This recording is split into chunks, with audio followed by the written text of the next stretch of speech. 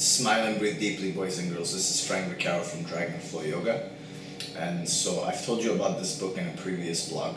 So when I was reviewing Convict Conditioning 1, I sort of told you about Convict Conditioning 2, but I never actually reviewed it. And so I found out about this book in Black Belt magazine. Black Belt magazine is a really good magazine, and they have this little section towards the end of the magazine where they do book reviews, and they give you the best training books for the month. And I found this book, Convict Conditioning 2, and I'd never heard of Convict Conditioning 1 or any of that stuff. You guys know I already did the review on Convict Conditioning 1. This book is amazing also. There's a lot of different things that I actually, as a trainer, I never really practiced, so I never really kind of knew about. And so one of the things is grip exercises. The book talks about grip exercises with towels and just basic grip exercises with a pull-up bar. And so I have noticed that my forearms are generally stronger ever since doing these exercises. It talks a lot about fingertip exercises. Fingertip exercises I've done a lot when we did Kung Fu, like let's say 2-finger push-ups, 3-finger push-ups, fingertip push-ups. I even started doing 3-fingertip handstand push-ups, which I'm going to blog about in just a couple of weeks. It gives you the L-sit, which is kind of equivalent to the boat pose in yoga, except that you're planting your hands and the rest of your body's free-floating, and it literally looks like a V. They cover the L-sit, which is a little easier version of the V-sit. They cover back bends, so I think there's like 5 or 6 different steps to lead to a full bridge pose, back bend. So there's a lot of yoga stuff in there. They talk about the clutch flag. Clutch flag is when you have your arms wrapped around the pole and your feet and legs are horizontal. And the human flag, which is actually a little bit harder than the clutch flag, where you have your hands on the pole and your feet are pretty much straight.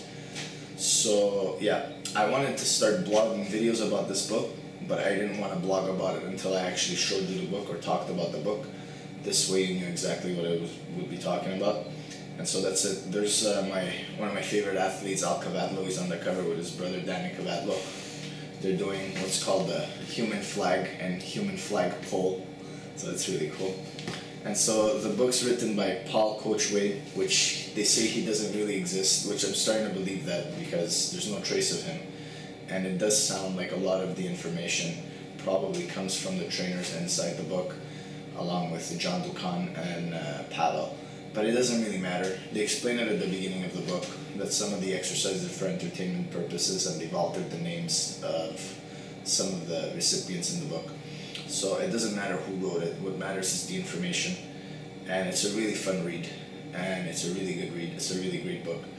So don't take any of that stuff too seriously. On YouTube I see a lot of people saying, oh, the content in Convict Conditioning is BS because Paul Wade's not real. And it's not necessarily true. It's just, you can learn a lot from a fictional book. And actually they say some of the best truths are written in fictional novels, and some of the best fiction is written in science novels. So just take everything with a grain of salt. I mean, the books aren't perfect. In Convict Conditioning 1, I saw some things I wasn't particularly satisfied with. Like, I looked on YouTube and no one could do an official handstand push-up. And yet they claim that the master step is 5. So it's really hard to say the master step is 5 when nobody's ever really done one. But a lot of, like 99% of the rest of the information is really good. So again, take it with a grain of salt and just appreciate the book in its entirety for what it is, not whether the author is real or not real. And this book is a great book. Covers a lot of grip exercises, covers a lot of yoga exercises, strength building exercises. Try and get the book. If you live in the States, God bless you, the book's just $40. I live in Canada, which shipping and border fees came out to $75, but it doesn't matter, it's an investment. Convict 2 and Convict 1 are probably the biggest investments I ever made, along with Pavel's Naked Warrior, which I'll talk about in a few days. And that's it. I love you guys very much. Please write me if you have any questions. And that's it. Namaste.